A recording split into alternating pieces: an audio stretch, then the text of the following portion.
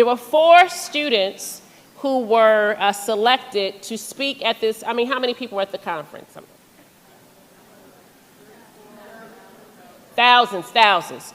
From across the country, elected to speak to all of the educators from across the country who were there for the AVID conference. And I heard that the loudest cheers were coming from the Cleveland Heights team because one of our students, Eric Jones, was one of those featured speakers. So we thought it would only be appropriate, as he helped to kick off AVID this past year, to also help kick off our school year here in Tiger Nation. So I'm going to turn it over to Eric.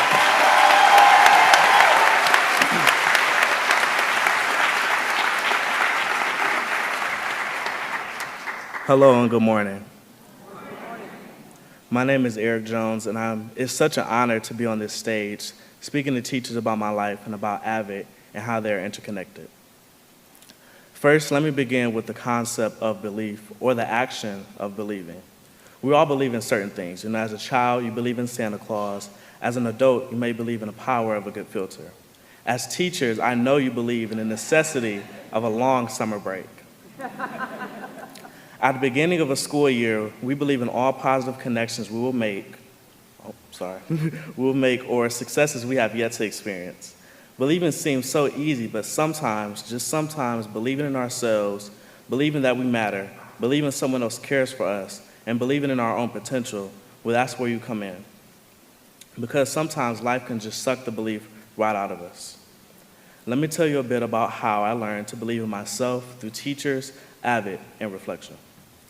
June 12, 2016, to say that was a traumatic day for me would be an understatement. I woke up and I could already feel like the day was going to be crappy.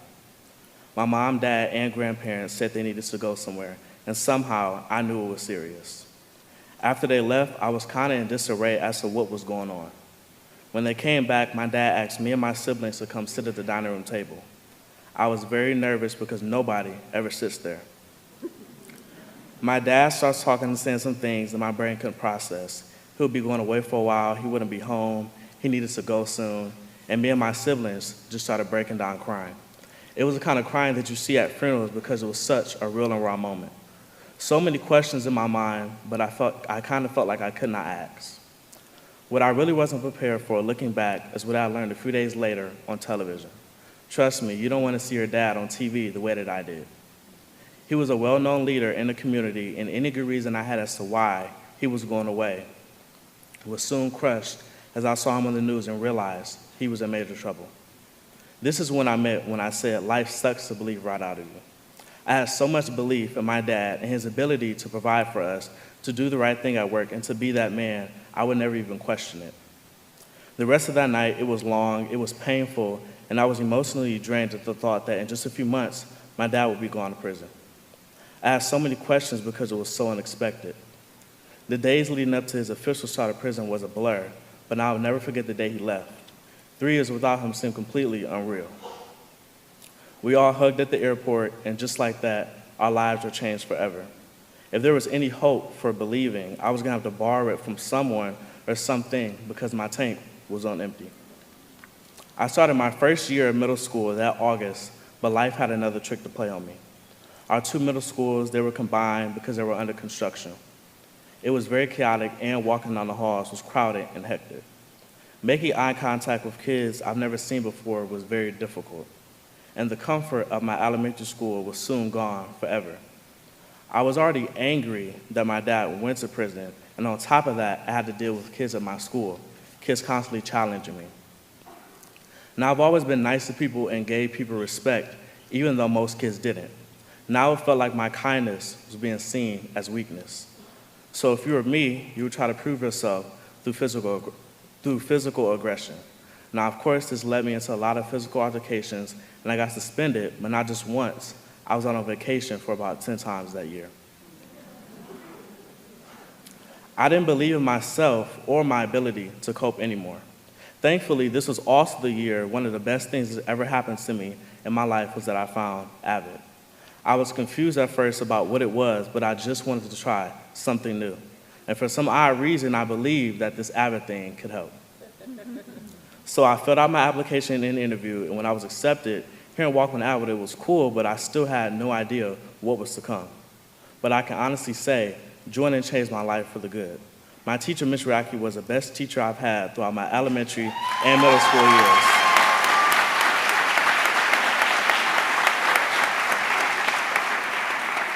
She had love for all of her kids, but especially for me.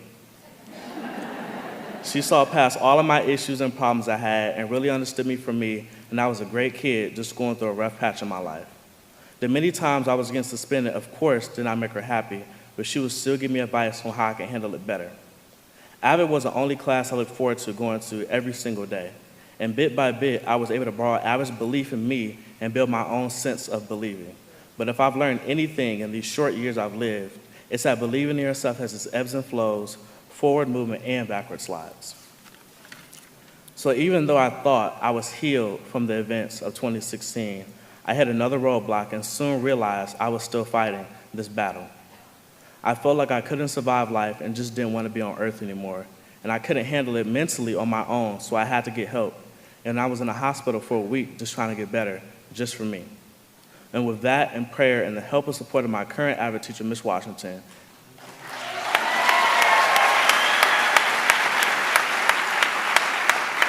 giving me encouragement, I kept striving and I made it. And as of today, I'm surviving and believing that life has a purpose for me.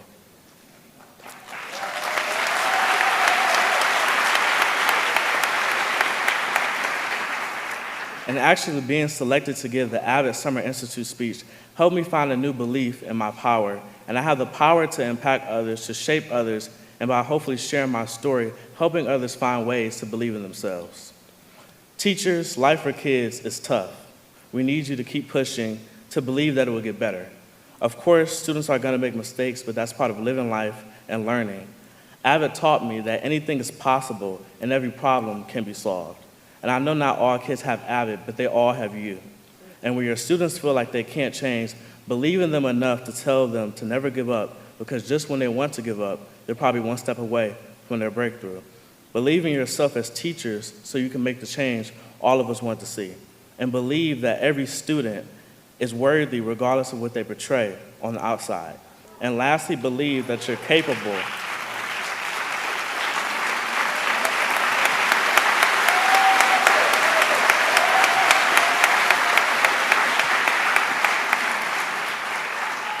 And lastly, believe that you're capable of doing the incapable. There's a quote I like for you to remember. Whether you believe you can or believe you can't, you're probably right. Make this the year you believe all of your kids can. You never know the impact you can make on a student. You can affect a student just like me. Thank you.